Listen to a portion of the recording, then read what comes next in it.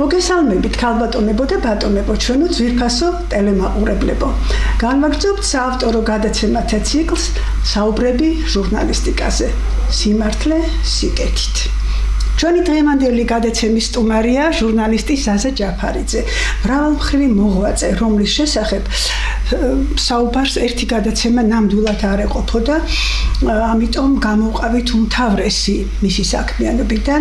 იგი ერთადერთი დოქტორია, ერთადერთი დოქტორი, მეცნიერი მკვლევარი, რომელიც სტუდენტობის წლებიდან მოყოლებული სწავლობს ნაყოფიერად სომხურ მედიას და ამჯერად აი ამ თემაზე სასაუბროდ მოვიწვიეთ სტუდიაში. მოგესალმებით ბატონო ზაზა, მადლობას გიხდით გადაცემაში წვევისა და ძალიან საინტერესო საუბრის პერსპექტივისთვის. Цадот. სომხური მედიის კვლევით სტუდენტობიდან დაინტერესდით. რა გახდა мотиваცია, იმპულსი? ჟურნალისტიკის მიმართულების სტუდენტი ბრძანდებოდით არა და თითქოს სხვა მხრივ წავიდა თქვენი ყურადღება და ინტერესი. წავიდა სხვა მხრივ ზუსტად ჟურნალისტიკის. კი ბატონო, ჟურნალისტიკის მიმართულებით ოღონდ არაორდინალური, ხა მაინც ნუ ვიტყვით რომ ვინმე სხვა სქონდა არაორდინარობა სწორედ ის არის, ეს რომ არაორდინარულად ითვლება. მაშინ როდესაც უაღრესად ბუნებრივი და კი ბატონო, კი მაგაზეც გეთანხმებ. ნამდვილად დარგის ორგანიზმში ერთ-ერთი გარდაუვალი და გამოუკლებელი ატრიბუტია და არა მხოლოდ სომხური ჟურნალისტიკა, ამაზე გვექნება საუბარი. კი ბატონო. პირველი ახლა ქალბატონო დიანა ჩვენ გამოვუწყდეთ მსმენელს ალბათ გვაპატიებენ იმას, რომ ჩვენ ძალიან დიდი ხნის მეგობრები ვართ. პირიქით მე მგონი ღირსება. ორივენი ვართ იმ უნივერსიტეტის, რომელსაც შემდგომში ჯავახიშვილის სახელობა მიეცა, იმ უნივერსიტეტის ჟურნალისტიკის ფაკულტეტის, ასე ვთქვათ, საუნივერსიტეტო ოჯახის წევრები მთელი სიცოცხლე. სანამ ასე ვთქვათ, ლომაიას რეპრესიები ჩაგვეცხავდა. არა, დღემდე მე მიმაჩნია, რომ მაინც უნივერსიტეტელები ვართ, სულით. და უნივერსიტეტის შველად მიმაჩნია თავი. უნივერსიტეტელები. ეს როგორც ეთყობას იურიდიული სტატუსი კი არა, ბიოლოგიური. რა თქმა. როგორც ეთყობა. გეთანხმები ჩემოზაზა. და ასეთი რამე იმ უნივერსიტეტში ჩვენი საერთო გამზრდელი და უფროსი მეგობარი დალი ჩუკელაძე, როდესაც მეორე თუ მესამე კურსზე ვიყავით, ის 2 წელიწადი გვასწავლიდა ზუსტად ამახსოვს, როდის მან ახსენა სომხური პრესა თბილისში. მაშინ ჩამიჯდა ქართული ჟურნალისტიკის ისტორიის ფარგლებში. მაგის ფარგლებში რომ ეს სომხური პრესა თბილისში, რომელიც შეუსწავლელია და მაშინ ჩამიჯდა ეს ძალიან დიდხანს მაწვავლებდა ეს აზრი, რადგანაც არმენოლოგიის კათედრის გამგეს ზაზა ალექსიძეს ძალიან კარგად ვიცნობდი. მამა ჩემის მეგობარი იყო, საერთოდ ჩვენთან ოჯახში ერთად ხომანდარული და ესეთი ქართული კულტურის მრავალსპექტრალური ინტერდისციპლინარისტიკის მოღვაწეები იყრიდნენ თავს და მახსოვს შენი დიდებული ოჯახი ვიცნობდი კარგად. მეტრიალებდა ეს თავს, იმიტომ რომ აი არმენოლოგია როგორც კომპლექსური დარგი სხვადასხვა ეტაპობრივ სექტორებში იყო მაშინ გადანაწილებული და ერთი ან მოშტად შეკრული არსად არ იყო. მაგალითად, აკადემიის ფილოსოფიის ინსტიტუტში არსებობდა სომხური ჟურნალისტიკის რაღაც გარკვეული უჯრედი, ეს იმ დონეზე არ მიდიოდა კვლევა, რა დონეზეც საჭირო იყო. მაგრამ ჩანასახი რომ არსებობდა და სომხური ფილოსოფია რაღაც საფუძველი? სომხური ფილოსოფია, რომ ფილოსოფიის ინსტიტუტში რაღაც ინტერესში იყო მოქცეული და ყოველ შემთხვევაში იმდენი მაინც ყველას ესმოდა, რომ ეს უაღრესად საინტერესო და დიდარი დარგია და გამოსაკვლევი და ქართულ ძველ აგიოგრაფიულ ფილოსოფიასთან დიდ შეხებაშია. ეს ესმოდათ მაინც და რომ აუცილებლად ეს საქმე კარგ დონეზე უნდა წარმოებულიყო, ეს მაინც ესმოდათ. მიუხედავად იმისა, რომ სათანადო დონეზე ვერ წარმოებდა. ანალოგიური მდგომარეობა იყო ისტორიის ინსტიტუტშიც. იქაც ყველას ესმოდა, რომ სომხეთის ისტორია და საერთოდ სომხური ისტორიოგრაფია სხვათა შორის ამ მხრივ ნამდვილად გვისწრებენ წინ ქართულ ისტორიოგრაფიაზე ბევრად უფრო დახვეწილი და ბევრად უფრო ფუნდამენტურია და ჩვენ კი სომეხ ფალსიფიკატორებს ხშირად მოიხსენიებთ ხოლმე, მაგრამ გვავეწყდება, რომ საქართველოს ისტორიის ჭეშმარიტი ფორცლების 70% სომეხი ისტორიოგრაფების დაწერილია. ეს არავითარ შემთხვევაში ეს არ არის იმდენად აგიტირებული საქართველოში, რადგანაც უნდა შემთხვევაში ქათაღაღაჩი წერს ილია რომ ეს მხოლოდ ერთი ჯგუფი იყო ფალსიფიკატორებისა და არა მთელი შემთხვევაში ძირითადად ფალსიფიკატორზე ბატკანოვზე კი ბატონო მაგრამ ის შენიშვნაც გააკეთა ხო პატიოსლად რომ ეს მხოლოდ მაგრამ ერთი ჯგუფი იყო და არა ისტორიოგრაფები სომხეთს ძალიან ძლიერ ხალხი. ანალოგიური მდგომარეობა იყო ენათმეცნიერების ინსტიტუტშიც, ანალოგიური იყო παιδაგოგიკის ინსტიტუტშიც. აი ყველგან და სხვაჩვენს თეატრალურ ინსტიტუტშიც კი. საჭიროება ექნებოდა, მაგრამ გარკვეულად ამ სომხური სექტორის მნიშვნელობა ზოგან ნორმალურ დონეზე წარმოებდა, ზოგან არასაკმარის დონეზე, მაგრამ მნიშვნელობა ყველას ესმოდა. ჩვენთან კი საერთოდ ამაზე ნაფიქრიც არ იყო ჟურნალისტიკის დარგში და აი ზუსტად ეს რადგან როგორც რადიკალ ბატონმა დალი მახსენა ვერა მოსმენილი და რაღაცა ძალიან ჩამიჯდა მაშინ ცნობიერებაში დიდხანს მაწვალები და შერაკილების ბიზიებობასად და ამას შემდეგ დაემატა ის რომ იმავე დალი ჩეყველაძემ უკვე სხვა სახით სხვა ამაზე აღარც უფიქრია დამავალა საკურსო თემა იმავე კურსზე სვანეთის თემა ილია ჭავჭავაძის საქართველოს მოამბეში ეგ სვანეთის თემას შეუდექი მაგრამ იმდენ სომხურ საკითხს და სომხურ პრესასთან პოლემიკას წავაწყდი რომ საქართველოს მოამბეში ეს უკვე ძალიან ჩამიჯდა თავში და აი მაშინ იყო რომ ზაფხულს მე და მამა ჩემი მივედით სახში ზაზა ალექსიძესთან ჩემი ეს მოსაზრებები ყველაფერი გაუზიარა ზაზამ ძალიან კარგი რამე არისო და მე ვაკეთებ კავკასიოლოგიის ლაბორატორიას, სადაც მექნება თეატრმცოდნეობაც, სახვითი ხელოვნებაც, ისტორიოგრაფიაც, ენათმეცნიერებაც და ჟურნალისტიკა არ მიფიქრიაო და დიდი სიამოვნებით მოვკიდებდი ამას ხელსო თუ მოემზადები საანისოთო მეთქი როგორ არ მომემზადები და მესამე კურსიდან არმენოლოგიის კათედრაზეც დავიწყე ისე სიარული არაოფიციალურად მერაბ რობაქიძის ლექციებზე, სადაც ვსწავლობდი სომხურ ენას, სომხურ გრამატიკას, ნუ შემდეგ ისე იყო რომ დაამთავრეთ საღამოს სექტორზე ვსწავლობდი და ჩვენი ექსკურსიანები იყო და რომ მეხუთე კურსი რომ დავხურე, მე უკვე სადიპლომო წელი რომ დავეწყო. ამ დროს გახსოვთ ალბათ ის პერიოდი საქართველოს ნაკრებში ვიყავი ძალოსნობაში. კი. და კარგი ის მეგობრობა. სპორტული კარიერა ცალკე გადაცემის თემა, ასე რომ და კარგი სამეგობრო მყავდა სომხეთშიც და სხვა რესპუბლიკებშიც და მათ შორის სომხეთში ერევანში ძალიან მეგობრობდი. ორგზის და შემდეგ უკვე სამგზის ოლიმპიური ჩემპიონი იურე გვარდანიანთან და მის ბიძასთან. რომელთანაც ჩავედი, მათ მიმიყვანეს უნივერსიტეტის რექტორთან ჩემი თხოვნა და აზრი. შეიწყნარეს რომ მინდოდა სომხეთში დამეწერა სადიპლომო შრომა იქ ერევნის უნივერსიტეტში დიდი სიამოვნებით მიმიღეს როგორც დიპლომანტად ყველაფერი იქვე სპორტსმენმა კოლეგებმა მომიგვარეს რომ ერევნის ქალაქის ნაკრებში გადამიყვანეს სპორტულ ნაკრებში ამითი მომიგვარდა იქ რაღაც საუბრო თავზე ჭერი და მოკმაპური და დაიწყე შეუდექი ამ საქმეს აი მას მე უკვე აღარ გამიხედია ამ თემიდან და რაც შემდეგ უკვე უნივერსიტეტის დამთავრების მერე უკვე ერთ თანამშრომლები ვიყავით ერთ ლაბორატორიაში თქვენ და მას მერე თითქმის ყოველ წელს ეს თემატიკა გამომქონდა. ეგ კარგად მახსოვს უკვე სწორედ საბაბიც ეს იყო თქვენი მოწვევის, თუმცა არა მხოლოდ ეს.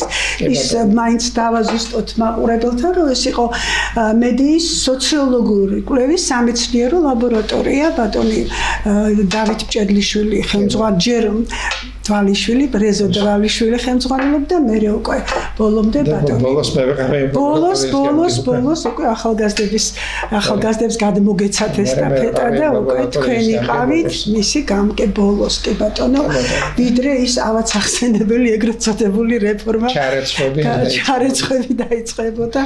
ეხლა გვეცინება 25 თანამშრომელი ჩაგურაცხეს ისე რომ არც კითხეს ვინმე. არა 25 პლუს 3 კათედრა და მათ შორის ნიკო ნიკოლაძის კაბინეტი რა იცი. თუ ფასეული იყო არ გვინდა ამაზე ასვისამთ მე დიდი იმედი მაქვს რომ ოდესმე მაშინ სხვათა შორის მაშინ ეს მოხდა ჩვენი ასე ვთქვათ ჩარეცვა ერთი უაღრესად საინტერესო დეტალი რაც ყველას გამორჩა მაგრამ ძაფი არ დავკარგოთ. ტერმინოლოგიის ძაფი არ დავკარგოთ. კი ბატონო. ეს მოხდა ესე იგი 2007 წლის 13 აგვისტოს მოაწერა რექტორმა ხობუამ ხელი ჩვენი კათედრალში. 2007 წლის ჩვენი ლაბორატორია უფრო გვიან, კი. ჩვენი ლაბორატორია კათედრები 2006-ის აგვისტოში. შვებულების დროს დაუკვირდით სასწავლებელი შემთხვევაში. ზუსტად აი მაგას მაკეთებ მყავს. შვებულების დროს აგვისტოში 13 აგვისტოს მოეწერა ხელი ჩვენსას, მაგრამ შემდეგ აღმოვაჩინებთ ლაცასწაული. 13-დან 25 აგვისტომდე აი ყველაზე მოჩამოთვლილი ინსტიტუტებში, ფილოსოფიის ინსტიტუტში, ყველგან ზუსტად ამ პერიოდში გაუქმდა აბსოლუტურად ყველგან სომხური სექტორი. არ გამაგიშ. ყველგან გაუქმდა ამ დროს სომხური სექტორი. კარგად შეთანხმებული, მოფიქრებული გეგმა. ცენტრალური ბრძანება არ იყო. ცალ-ცალკე ყველგან ვითომ დამთხოვაა? თქვენ შემოგევლეთ. გენიალური დამთხოვები კი არსებობს ბუნებაში, მაგრამ შემდეგ რა მოყვა? ამას შემდეგ თლად სასწაული. იმავე 2007 წლის დეკემბერში ჩატარდა და ჩატარდას ვამბობ, თორე საქართველოს არ შეუტარებია. იუნესკოს ეგიდით სომხური ხუროთმოძღვრული ძეგლების შესახებ მსოფლიო სამეცნიერო კონგრესი. ჩატარდა თბილისში, ოღონდ არც ერთი საქართველოში არსებული ორგანიზაციის მიერ ის არ ჩატარებულა. ჩატარდა იუნესკოს მიერ. ყველა გააუქმეს ვინ ჩაატარებდა. საორგანიზაციო საბჭო იყო ერევანში, რომელმაც მოაგვარა ამ ყველაფრის ორგანიზება და იმ საბჭომ დაიქირავა თბილისის უნივერსიტეტის სააქტო დარბაზი ამ კონგრესისთვის. ანუ ფიზიკურად ჩატარდა თბილისის უნივერსიტეტის სააქტო დარბაზში, ოღონდ ისე რომ რექტორიც არ იყო საქმის კურსში იქ რა ტარდება. არც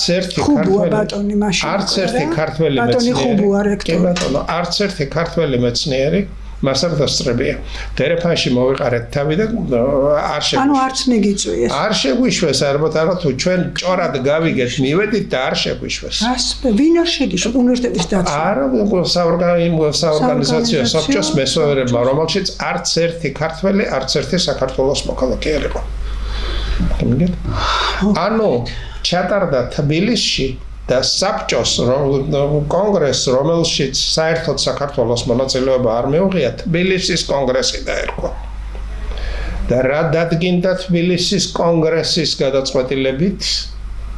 ის რომ 630 ხუროთმოძღვრული ძეგლი საქართველოში სომხურია. არ გამოგია. ისე რომ ჩვენ ვერ შევედით საერთოდ გასაგები, ესე იგი რა ქნა, წინასწარ მოასუფთავეს ველი, რომ არც ერთი ქართველი მეცნიერი დამპირისპირებელი არ ყოფილა. შენყოფნის კეთილშობილება, რომ დაიცვა ფალსიფიკატორული არ ყოფილიყო, არა, რო არ ყოფილიყო, არც ერთი ქართველი მეცნიერი რო არ დასწრებოდა.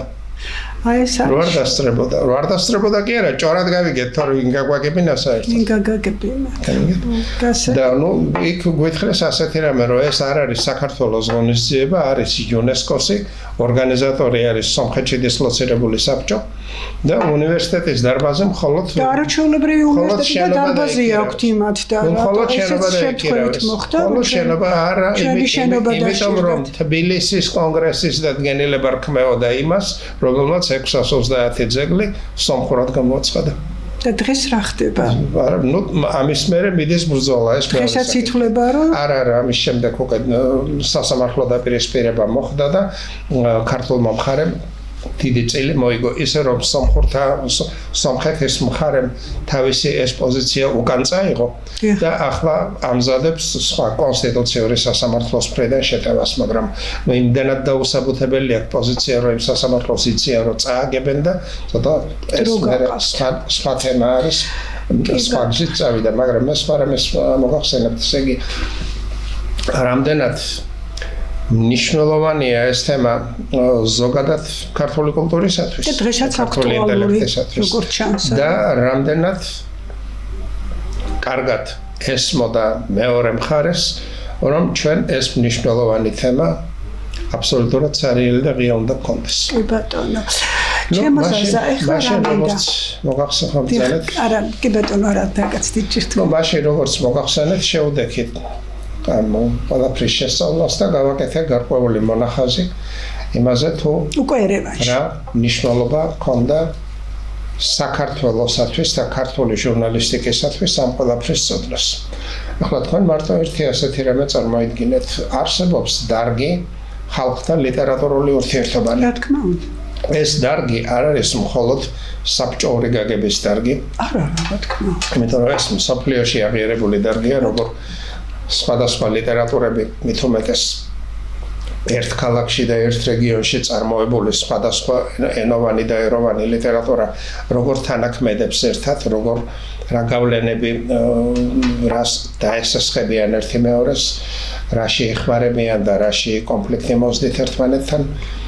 და აი ამ ლიტერატურულ ურთიერთობათა განყოფილება არსებობდა საქართველოს ლიტერატურის სამეცნიერო კვლევით ინსტიტუტში შოთამისთავის გახსოვთ და სხვათა შორის იქ სომხური საკითხი ბონდო არველაძეს მიყავდა სომხური ლიტერატურა. კი, ვიცი ბონდო არველაძე მშვენიერი გამოკვლევა. ანალოგიური კათედრა არსებობდა თბილისის უნივერსიტეტის ფილოლოგიის ფაკულტეტთანაც, რომლის გამგე თუ გახსოვთ კავკასიოლოგიის სპეციალისტი ოთარ ბაქანიძე იყო მაშინ ის თვითონ უკრაინული ლიტერატურის უკრაინული ჩვენ რუსული ლიტერატურის ისტორია. კი, იმ კათედრაზე სომხური ლიტერატურა ანაით ხარატიანს მიყავდა. კი ბატონო. და გვახსოვს ეს ამბავი. აი ანალოგიურად უნდა ეარსება ჟურნალისტიკის ფაკულტეტთანაც ხალხთა ჟურნალისტურ ურთიერთობათა კათედრას, სადაც არა მხოლოდ სომხური, არამედ აზერბაიჯანული, რუსული, ოსური, აფხაზური თურქულიც, რადგანაც თურქეთის პრესას მე-19 საუკუნეში საქართველოსთან ძალიან ახლო კონტაქტები ჰქონდა და გაგიკვირდებათ ქართულ ენაზე წარმოებული ებრაული გაზეთი ებრაელის ხმა. კი. იყო ასეთი რამ, რომელიც მე შალომ ყობოშვილმა და ქართულ ებრაელთა სამეცნიერო კვლევითმა მუზეუმმა ამისი დიდი კომპლექტი შეიძინა, შეაგროვა ხალხში და ახლა დღეს აქვს გადარჩენილი კარგი ადრე ბიბლიოგრაფიული იშვიათობას წარმოადგენდა, მაგრამ ახლა დიდი რაოდენობით ეს კომპლექტი იპოვეს. და აი ეს პრესა ისე კარგად ასახავს ხალხის ერთმანეთთან ურთიერთობას, როგორც დადებით, ისე უარყოფით მხარეს შეცნობებსაც.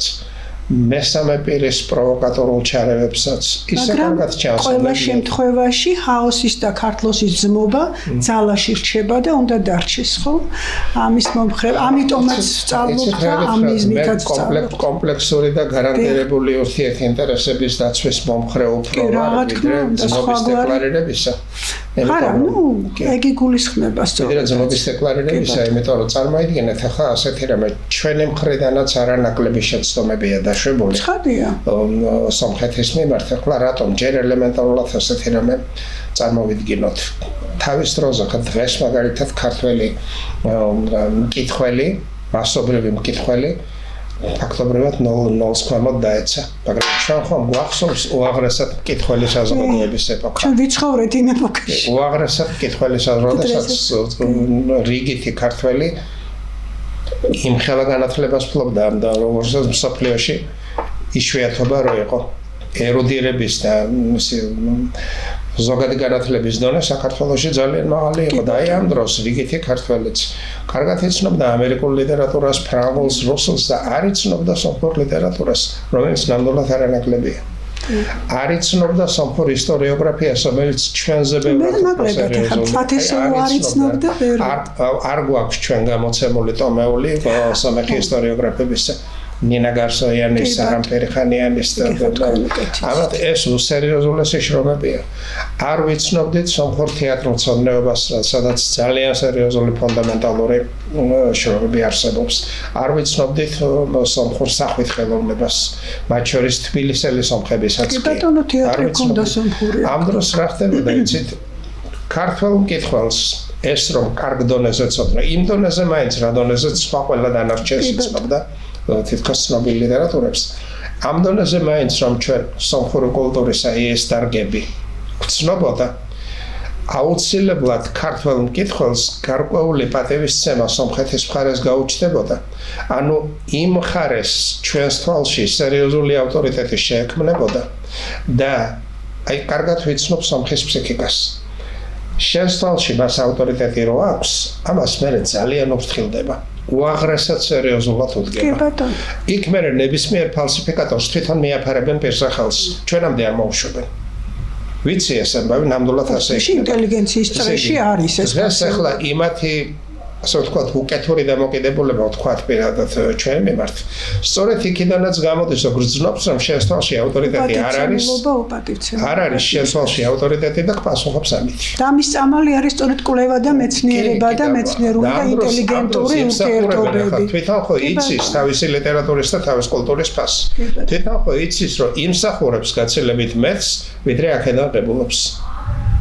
და დაუმსახურებელ უპატივცემულობაზე მერე უკვე პასუხი სხვანაირიც ვერ იქნება გარდა იმისა როგორც არის არ იყო საქმე მე მახსოვს კონსტანტინე გამსახურდიას არა მე არ ვლაპარაკობ წერილები სადაც ის ცოდნასაც ამშხალებდა და პატივის თემასაც ჩვენ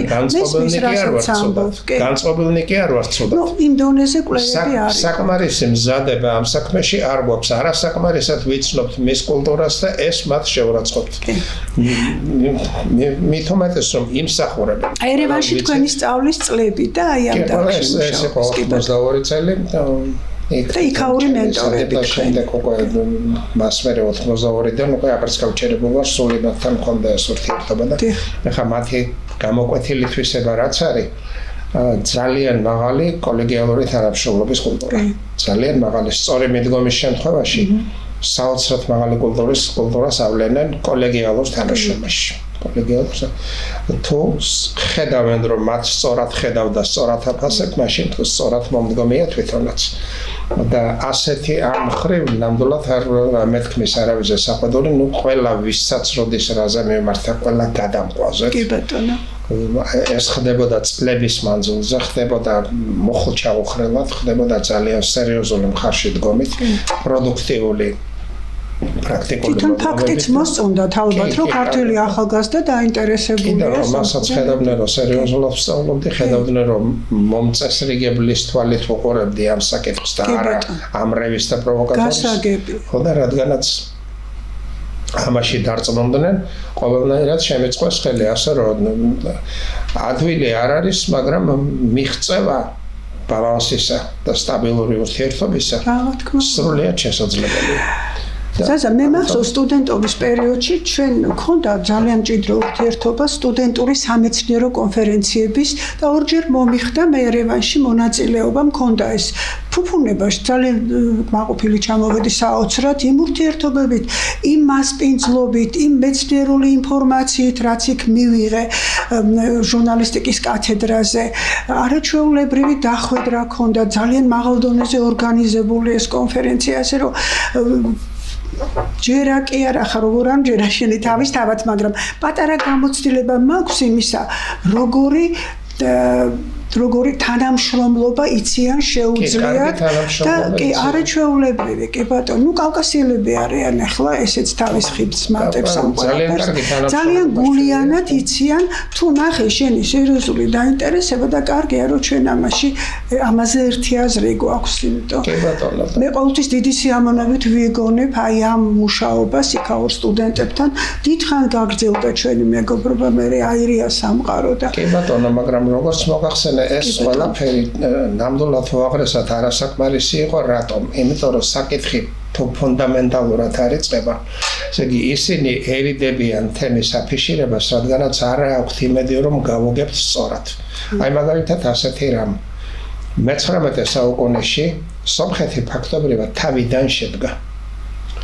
ესე იგი სომხეთი და ალბანეთი თურქულმა ორდოებმა ისე წაშალეს, რომ სომხეთის ძირძველი სომხეთის და დღევანდღესაც რომ სომხეთი ქვია აი იმ ძირძველი სომხეთის ტერიტორიაზე ფაქტობრივად სომხი აღარ სახლობდა ერევანი ირევ-ხანის მეჩეთით სახანო იყო და დასახლებული მთლიანად თურქებით რასაც ახლა უაღრესად დემაგოგიურად აშუქებს როგორც აზერბაიჯანული ისე საერთოდ პანთურქული მედია და ისეთ სახეს აძლევენ თითქოს ეს სომხეთის სადღაც ეროვნული კონგლომერატი შეიქმნა სადღაციდან შეკრებილი და მანამდე ძველი სომხეთის საერთოდ არ არსებობდა რომ ეს თურქული სახანოა და თურქული სახანო როგორ იქნება ეგენ თვითონ შუა საუკუნეებში და ბევრად უფრო ძველი და ის ძირძველი კავკასიელი ალბანელები რომელთა 70% ახლა აზერბაიჯანული გენები იმ ძირძველ ალბანელს ატარებს, მაგრამ იდეოლოგიურად არის გათურქებული და მას მიაჩნია თავი პანთურქად, მაშინ როდესაც ეს ასე არ არის. და გამოდის რა მთელი თავისი 100 საუკუნოვანი ისტორია წაშლილი აქვს. მიერთებულია თავის დამპყრობელს კი რა გადამშენებელს. ფაქტობრივად ანალოგიურ პოზიციაზე ხა წარმოიდგინე როგორ აკიხსნა სომეხმა რომ 19 საუკუნეში აქ საერთოდ არ ვარსებობდი მაგრამ ეს ნამდვილად ძირძველი სომხეთია და ნამდვილად ჩემი დედაბუნება ტერიტორია მართლა მისია და მართლა არ არსებობდა როგორ ამიტომ ამ თემას თითქოს და გამოტოვებს რო გამოტოვებს უკვე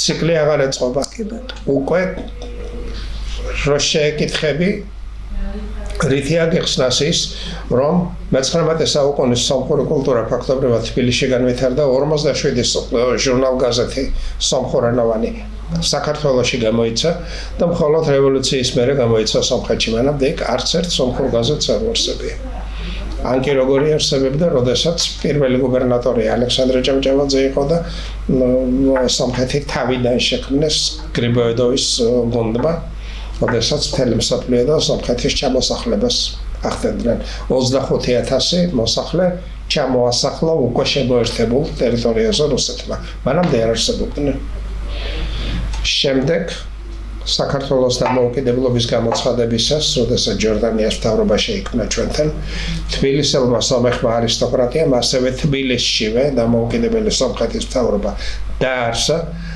ასევე ვორონცოვის სასახლეში მერე პიონერთა სასახლე ერქვა და უკვე დაარსებული და შექმნილი და ერთა ლიგაში წარდგენილი სომხეთის დამოუკიდებელი სომხეთის მთავრობა გაემგზავრა ერევანში სადაც უმრავლესობა ნამყოფი და მერე ჩავიდნენ და დასახლდნენ იქ ეს როგორ აგიხსნას არა აქვს იმედი რომ სწორად გავუგებ ამიტომ საკითხი ძირეულად უნდა იქნას გამოკვლეული, გაშუქებული, დადებული, ფუნდამენტალურად უნდა ვიცოდეთ რაშია საქმე.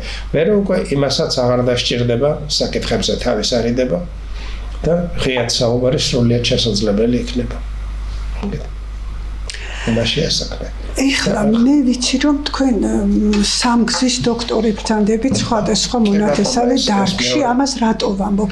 აი გამოკვლევების თემატიკაზე მინდა რომ ვისაუბროთ. თქვენი მეორე საკითხია, მოდით მაშინ ჩვენ ახლა დრო შეზღუდულები ვარ და არ მინდა რომ თავარი დაგვრჩეს გვერდზე. მე ერთ აგერაკ შპარგალ გადავიდე რომ არ არის პრობლემა. ჩვენ დავიწყოთ უბრალოდ ქართული ჟურნალისტიკის როგორც დარგის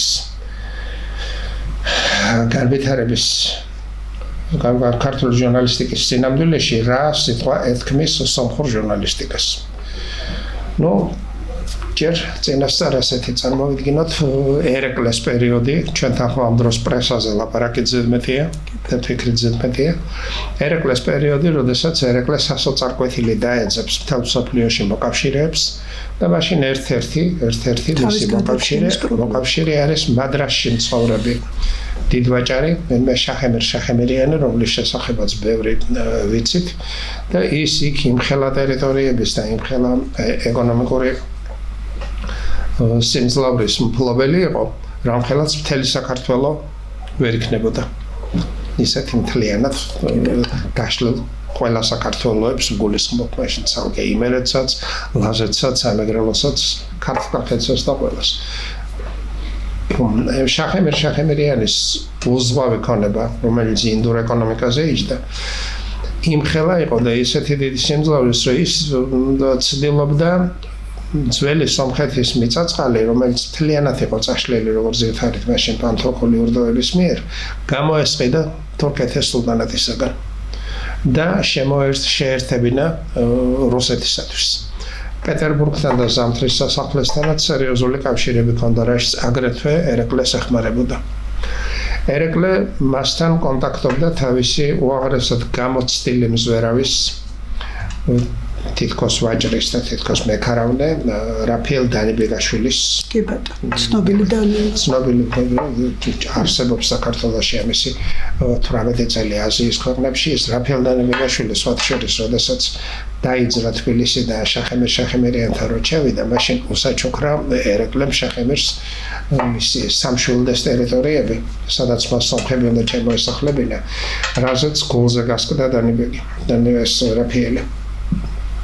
და მეორე რაფიელი ვინმე რაფიელ ბაბალიკაშვილი, ებრაელი სოვდაგარი შეიგულა, რომ ეს არის რამენაირად უნდა გადავარჩინოთ გასომხებას ეს ტერიტორიაო. იმიტომ რომ როგორც კი შაჰემერია უსტარს ჩაიბარებს, ჩათვალე რომ საქართველოში მეორე სომხეთი შეიქმნება.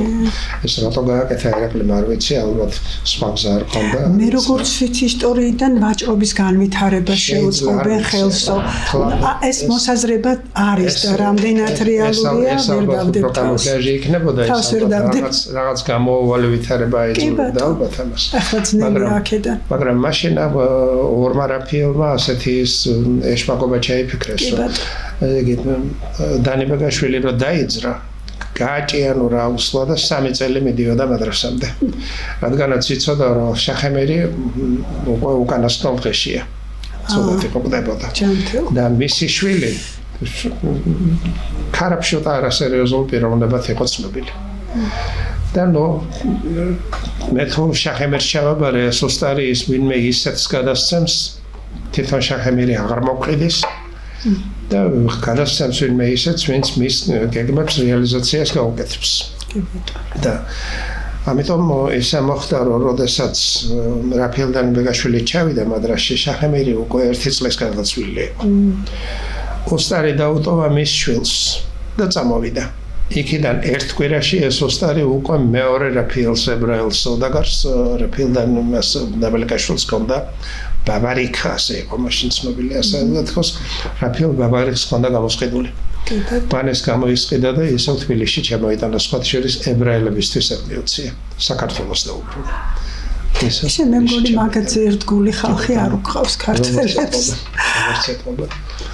იციან სიყვარული, ხმე ებრაელების უბანში ცხოვრობდი და ძალიან თბილი, ასე მახსოვს მერვე კლასამდე. ისე თქვა მინდოდა სექტელამდე თვითონ როგორც ეს შახემერიანი, რადგანაც იქ ფაქტობრივად ინდოეთში მეორე სომხეთს ქმნიდა, უიმხელა დიასპორა ჰქონდა და ეს კულტურული ცხოვრებაც მიყავდა, სამეცნიეროც, პოლიტიკურიც ამზადებდა კადრებს, ხელოსნებს, ეკონომისტებს, საუკეთესო ფინანსისტებს.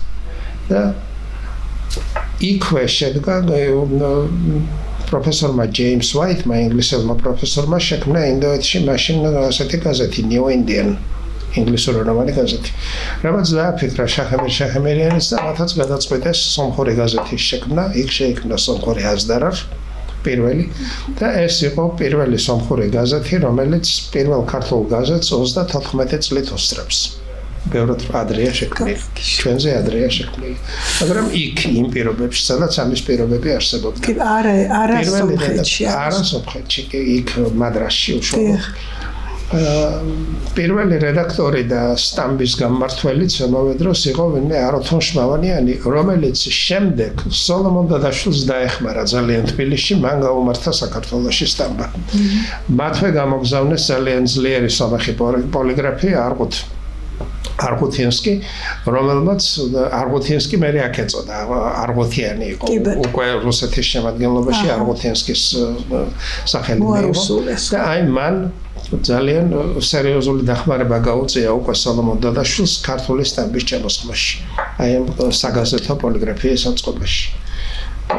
ესეც დასაფასებელია. აი ხლა ეს არ უნდა ეკითხებოდეს ქართულ სტუდენტ ჟურნალისტებს, ღმერთო ჩემო. შემდეგ უკვე ამათ იმიტომ მომემზადა ეშპარგალკა, რომ აქ ასეთი მდგომარეობა გვაქვს. საერთოდ სომხეთის საკითხების ახსნა ესე ტელეეთერში ბევრად უფრო ძნელია, ვიდრე მისი ფუნდამენტალური მონოგრაფიის დადება. რატომ? იმიტომ რომ კომპლექსური ხასიათისაა. ახლა ჩვენ მაგალითად ვიცით თბილისის სომხური კერა, მაგრამ ბევრად უფრო ძველი და მდიდარი არის იტალიის სომხური კერა, სადაც სან ლაზარილიოს კონძულზე მოგეხსენებათ მხითარისტთა აკადემიის სახელმწიფო ვატიკანის დაქვემდებარებაში უზარმაზარი სომხური მედიის ტრადიცია არსებობდა.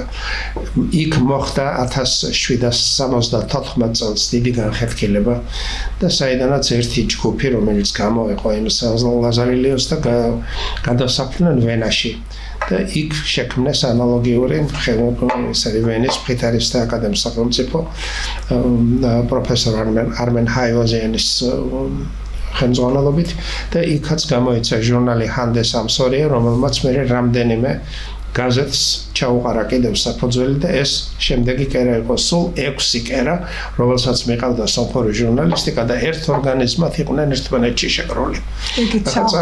რასაც შევინატრი მთელი ცხოვრება. ესე იგი რა არის სომხური ჟურნალისტიკა, რომელსაც თბილისთან პირდაპირ კავშირი აქვს იწყება ქართულ ჟურნალისტიკაზე 30 წლით ადრე.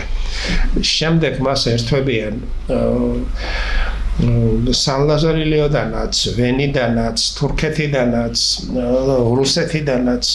ახლა დღევანდელი როსტოვის ოლქში ანდრე ნორნახჭევანი ერქვა, რადგანაც ეს ძირითადად სომხური დასახლება იყო. მერე საბჭოთა პერიოდში აბოვიანი ერქვა, რაც გადაარქვეს აბოვიანის რაიონი. ახლა დღეს რა ქვია არ ვიცი, მაგრამ ეს ძირითადად სომხური დიასპორაა.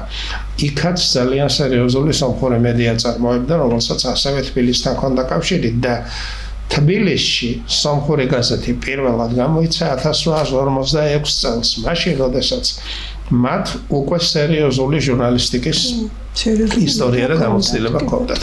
თანაც ეს ყველა კერა თავის ნომერ პირველ თემატიკად საქართველოს ასე ვთქვათ ამოსიერებს. და უკვე საქართველოს იმ დონეზე იყო გაშუქებული პირველი თბილისის თანაც ეს თბილისი როგორ იყო რუსული გაზეთი კავკაზის 4 გვერდიანი კავკაზის 2 გვერდიანი სომხური დამატება შემოკლებული სომხური დამატება კავკაზ. ეს იყო პირველი. მე ამას უკვე მოყვა თურქეთში გამომავალი ძალიან მაღალფორმატიანი დიდი ტირაჟით წარმოებული მეღო ჰაიასტანი, რომელიც ასევე საქართველოს ძალიან სერიოზულად აშუქებს და აქეთ კორესპონდენტები ყავთ, მათ არ ქონდათ არანაირი ფინანსების პრობლემა, არ ქონდათ პროფესიონალების პრობლემა, სომხი ჟურნალისტები უზარმაზარი და ფინანსებით და უზარმაზარი ხელფასებით მუშაობდნენ მთელ მსოფლიოში. და გაზეთებს ამ ხრივ ეკონომიკური პრობლემა, რაც ჩვენ რო შიშველი სერგეი მესხირო შეეწირა უსახსრობის გამო და რამდენი მათხოვრული პოზიციით ვაწვევდით ხოლმე როგორც სიტყვიერ. ჩვენი ბედის წერაა, რომ შიშველი ხელით უნდა ვაკეთოთ საქმე. იქ ასე არის. იქ ბევრად უფრო ფრენად ერია მომდომებული. სენზლავრას ფლობდნენ. უფრო მას ვიტყვი, რომ ეკონომიკური ბაზისი აძლევდა თავის საშუალებას. ჩვენთანაც დიდი შეემოვნებით მოგიდებდა ძალიან ბევრი ინტელექტუალი ამ საქმეს ხელს ამდენი საშუალება რო მქონოდა რაღაც. მაგრამ ეკონომიკური ბაზისი მათთვის ძალიან დიდი საშუალება. და მონოგრაფიის გამოცემაზე არ გიფიქრიათ ამ მხილო შრომის მოგცევა უკვე წიგნის ფარგლებში რომ დაიდოს გნებავთ სახელმძღვანელოდ, გნებავთ მონოგრაფიად, იმიტომ რომ ეს გამოცემას ჭირდება ქართულ ჟურნალისტიკასთან სერიოზული კომპლექსირება. ჩვენ ისეთი დაქსაქსული სახით გვაქვს ცალკეული გაზეთები, რომ ერთიან კომპლექსს ვერ ქმნით. ეს თუ ლაბორატორიულად კოლექტივის მიერ არ იქნა წარმოებული. დამუშავდეს. ერთიან კომპლექსს ვერ ქმნით, იმიტომ რომ მოგახსენებთ პირველ რიგში მთელი მე-19 საუკუნის მანძილზე 6 კერა წარმოებდა, რაც შემდეგ უკვე 97 კერად გადაიქცა. შემდეგ რანაირად უნდა მოექცეს ეს ერთ სახელმძღვანელოში, როდესაც ამდენი სულ სხვადასხვა სინამდვილე აისახება ერთ მონოლითს. აი ეს გახდეს ფუნდამენტალური შრომის სახეს ვეღარ, იმიტომ რომ თვითონ ერევანიც კი ამას ესეთ ერთ კომპლექსურ სისტემაში ვერ აქცევს. ჯერ ვერ აქცევს და ჩვენი მხრიდან გასწრება არაფრით არ შეიძლება, ჯერ მათ უნდა მიაკლიონ თავიანთ ერთიან წფეხას, რომელიც მერე ქართულ ჟურნალისტიკასთან მოვათ ამ ხედრაში. ჩვენ ხშირად ერთ დიდ შეცდომას ვუშვებთ, რასაც კავკასიის ალიანსში მაგალითად ალიანსის მომხრენი და ეს გარდაუვალი აუცილებლად უნდა შედგეს კავკასიის ალიანსის. მაგრამ აი მოდით ასეთი რამე წარმოიდგინეთ. აუცილებელია ნეიროქირურგიული ოპერაციის ჩატარება, სიტყვაზე ვამბობ. დილეტანტს შეიძლება ხელში მივცეთ ლანცეტი და მივუშვათ მარტო იმისი ახსნით, რომ ეს აუცილებელია. აუცილებელია თბილისიდან მოსკოვში გადაფრენა თვითმფრინავით. შეიძლება მწყემსი დავსვათ თვითმფრინავის საჭესთან. მაგრამ ჟურნალისტიკაზე ყველას აქვს პრეტენზია. ასე ხო დღეს მაგალითად ხო ჩეჩენთან ურთიერთობას ყარაჩაელთან ურთიერთობას, ქართველთან ურთიერთობას რაღაც გარკვეული სპეციფიკა აქვს. ორივე მხარე თუ სათანადოდ არ მომზადდა და ერთმანეთის მნიშვნელობას სრული უმაღლესი ფუნდამენტალური პროფესიონალიზმის დონეზე არ შეიმეცნეს, ისე ამ მხარეთა დაკონტაქტება იქნება საშინლად კონტრპროდუქტიული. მოახდენს მოკლე ჩართვას. ალიანსს და ერთმუშტად შეკვრას კი არ შექმნის. კომპლექტების ბუდეს წარმოქმნის. და რა თქმა შედეგი ნული. შედეგი ნეტამც ნული და ნეტამც ნული შედეგი იქნება კატასტროფული. როდესაც არ ამცოდნენი კიდევ საქმეს ხელს. ახლა თითქოს პრობლემის წამოწევა ეგ ერთი არის, მაგრამ მცოდნეთა მომზადება ეს თავარი საკითხია, რასაც როგორც წესი არავინ ყურადღებას არ აქცევს. და დროზე ადრე უმეცრის მიშვება პროფესიონალიზმის გამოვლენასთან კატასტროფა. ეს მე ვიცი რა შედეგით დამთავრდება. ამიტომ მაგალითებიც უხვად. ყველაზე უფრო მეტად სწორედ ამას ვფიქრი, რომ დროზე ადრე დემონსტრირება არ მოხდეს იმისი, სანამ კარგად არ იქნება მომზადებული გამოსატანის საკითხი. უფრო მეტიც გამოსატანად მზად უნდა იყოს ყველა მხარე. ყველა მხარე რომ სწორად შეხვდნენ ერთმანეთის ფასი წინასწარ მთელი სერიოზულობით ესმოდეთ. მთელი სერიოზულობით ესმოდეთ, რომ აუცილებელია პოზიციის და ვითარებათა შემაგრება. რაც ჩვენთან როგორც წესი არ ხდება და სამწუხაროდ ეს ასე არ არის. ამას ერთი პიროვნება თავს ვერავითარ შემთხვევაში ვერ გაახსოვს. სკოლაში მთელი ახალგაზრდობა ამას შევაკალი და ბოლოს მივედი იმ დასკვნამდე, რომ ფეთქებაც საშიში დარგია. თუ ცალ-ცალკე კომპლექსურად კარგად არ მომზადდა შედარებით კულუარულად მოშა პროცესში ხმაურის გარეშე.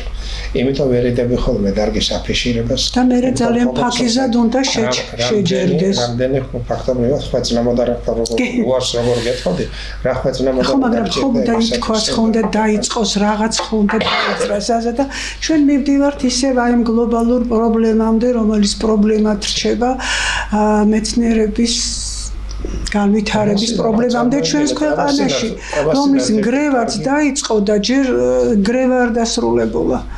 და შენება როდის დაიწყება? მქონდა სამეცნიერო ესეთი დავდე Facebook-ზე.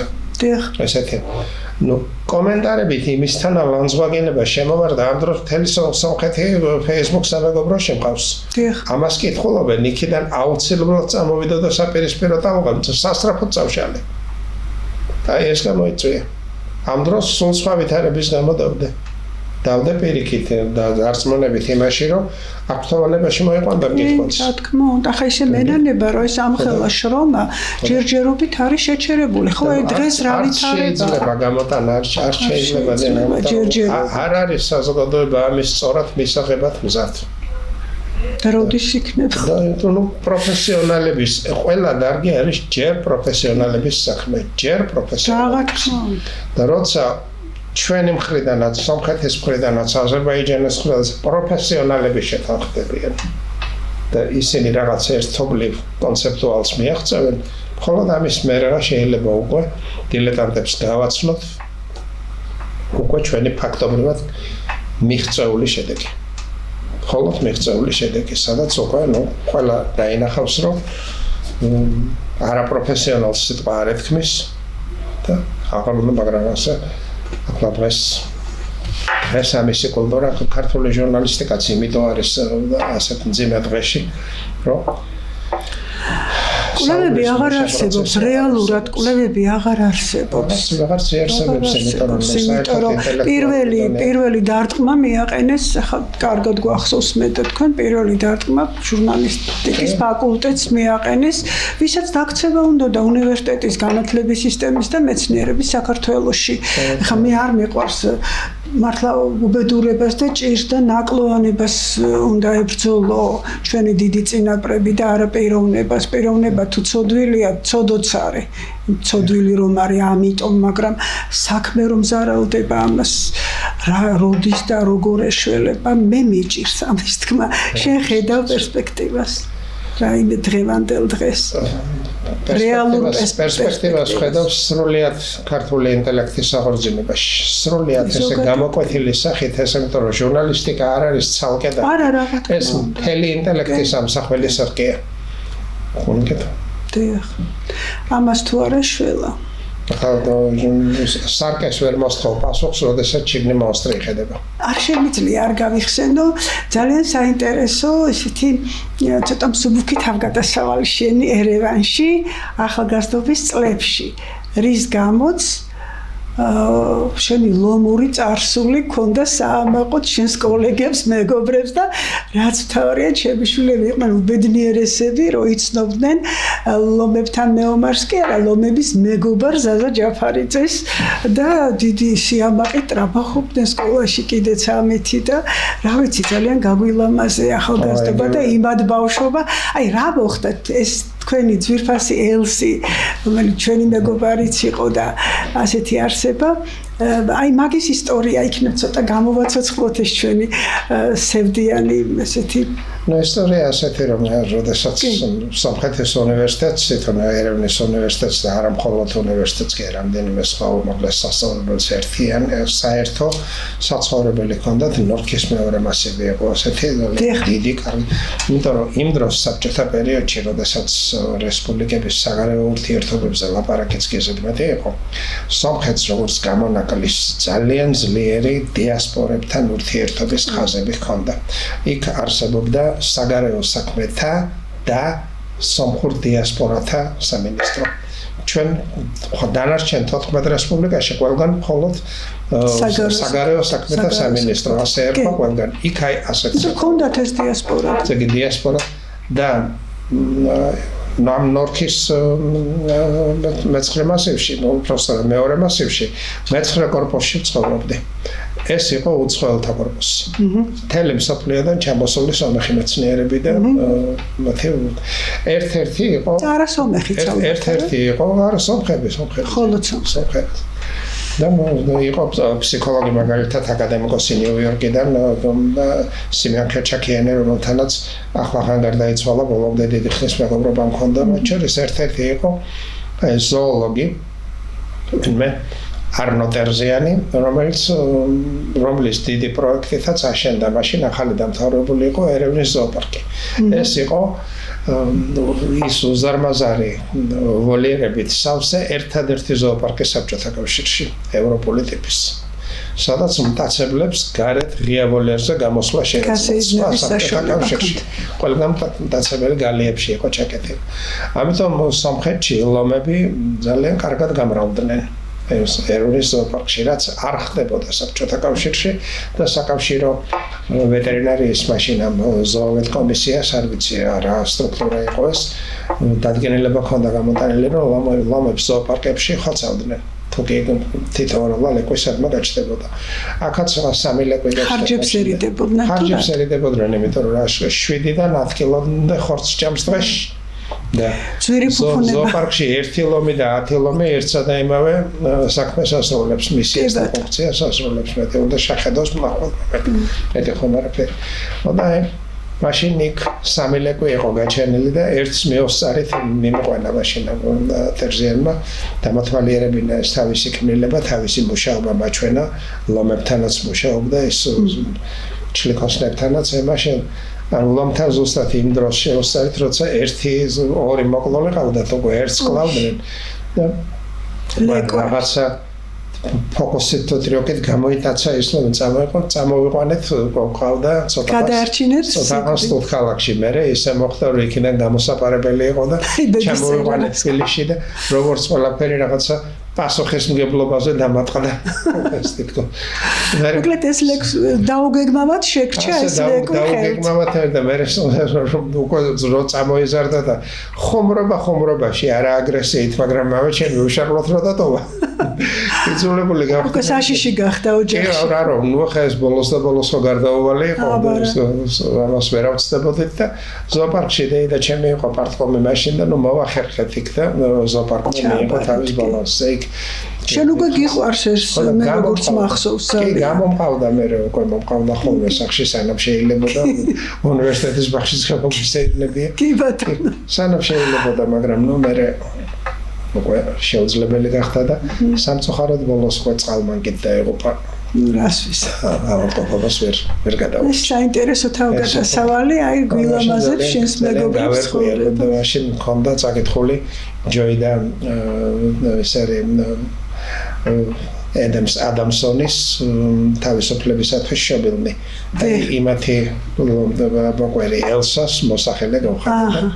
და ელსა დავარქეთ მაშინ. ამიტომ ერქვა. კი ბატონო, ძალიან საინტერესო და სხვა შორის ლაურა კოტობიძე, როცა ახალგაზრდა კომუნისტის რედაქტორის მოადგილე იყო, გამომიცა სტატია. ესეთი ინტერვიუ ქალბატონ ელსასთან. ინტერვიუ ქალბატონ ელსასთან. კი ბატონო, ძალიან პოპულარული იყო ჩვენი ელსა და ძალიან გვიხალისებდა ცხოვრებას. ჩემო ზაზა, სამწუხაროდ ჩვენი საუბარი დასასრულს უნდა მიუახლოვდეს, იმიტომ რომ შეზღუდულები ვარ დროში და ბოლოს მაინც მინდა ერთი ესეთი არ ვიცი რამდენად ახირებულია, მაგრამ ჩემთვის საინტერესო კითხვა დაგისვა. ნუ მომავლის გეგმებს ეხა ეს ძალიან გაცვეთილი ფრაზაა, სხვაგვარად მინდა კითხვა დავსვა.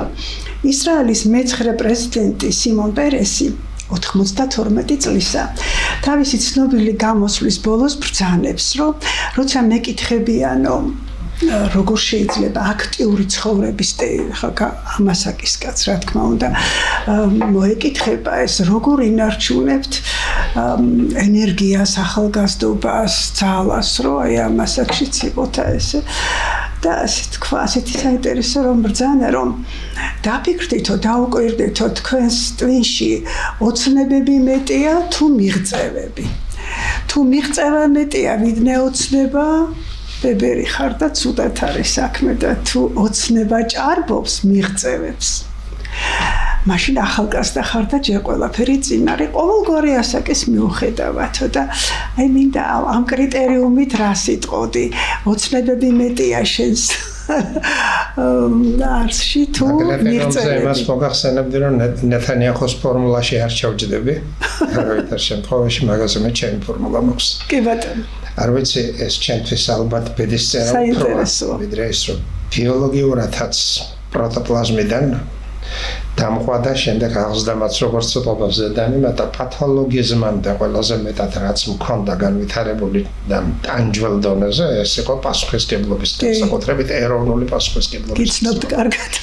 ეს უზარმაზართ ერთად რა ახლა რო დაინახავ რა კაცი წყალში იხჩობა და იგრძნო პასუხისმგებლობას რომ უნდა გადახდე და უშუალო, მაგრამ მეოცნები ვარ რომ ის იხჩობოდეს და გადასახდომი გავხდე.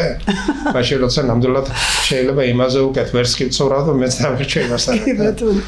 მაგრამ მაინც უნდა გადახდე, იმიტომ რომ ნუ დაგატყდება ეს პასუხისმგებლობა რომ გინდა თუ არა როგორც ახლა ლომი დამატყდა პასუხისმგებლობაზე და იმასაც შეგვებული ვიყავი რომ შეიძლება და შევეჭამე. და მაინც პასუხისმგებლობა იყო პასუხისმგებლობა. ასე მატყდებოდა ყველაფერი, მათ შორის გადავეყარე სომხურ ჟურნალისტიკას, დავინახე მისი მნიშვნელობა საქართველოსთვის და ვეღარ გამოუძვერი ქვეშიდან. ეგ არის და ექტორი სულ არ მიოცნებია როცა აბარები ჟურნალისტიკაზე. ასე რომ ნეთანიაჰუს ფორმულას მე უფრო სხვანაირად რომ ასაკი რომელსაც ჩვენ სიბერეს ვეძახით, შეიძლება ბედნიერების ყველაზე უფრო უკეთესი მონაკვეთია ჩვენი ცხოვრებისა. როცა უკვე ყველაფერი შესრულებული გაქვს და ზურგს უკან გაქვს მოტოვებული და ახლა შედარებით ამოსონთქული, შედარებით ნაკლები ტვირთით შეგიძლია საკუთარ მეებს შინაგან სამყაროს შვება მისცე.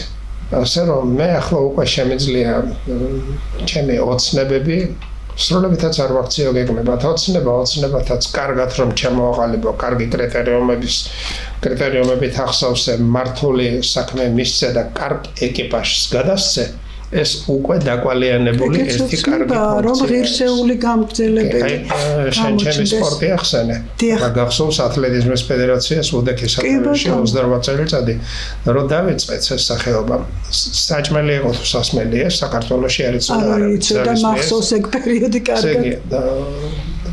საბჭოთა კავშირის პირველი ჩემპიონატი რომ ჩატარდა 11 წონით კატეგორიაში 7 ქართველი გახდა მსოფლიო ჩემპიონი. შემდეგ იმავე წელს საბჭოთა კავშირი პირველად გავიდა მსოფლიო ჩემპიონატზე და აი ის 7 ქართველით მოიგო საბჭოთა კავშირმა მსოფლიო ჩემპიონატი პირველ წელიწადს. ახლა რას ვაპარაკობდი რომ მაშინ როდესაც მოვდიოდი უკვე ფედერაციიდან და მაშინ თენგიზ გაჩეჩელაძემ ლელოს რედაქტორმა ჩემთან ინტერვიუში ასეთი კითხვა დასვა რომ აი დღესო ამ ხელა შედეგებიო მაშინ როდესაც ყველაფერი ნოლიდან დაიწყოთ და მეთქი გაცილებით უფრო დიდი შედეგების სხვა განზომილებაშია რომელიც არჩევს გაცილებით უფრო დიდი რა შედეგები ასეთი რომ მეთქი როდესაც ეს საქმე დავიწყე საქართველოში ვიყავი ნომერ პირველი მწვრთნელი დღეს მწვრთნელთა რეიტინგები რო გადამოწმდეს პირველ 200-ულშიც ვეღარ მოვხდები ისეთი ხეცები და მგლები გავზარდე. რა კარგია. მოგეთ და ყველაზე დიდი მიღწევა ახლა აქაც ამ დარგშიც სოფეთის ძალიან ბევრი სერიოზული ახალგაზრდა ასე ვთქვათ მუშაობს უკვე.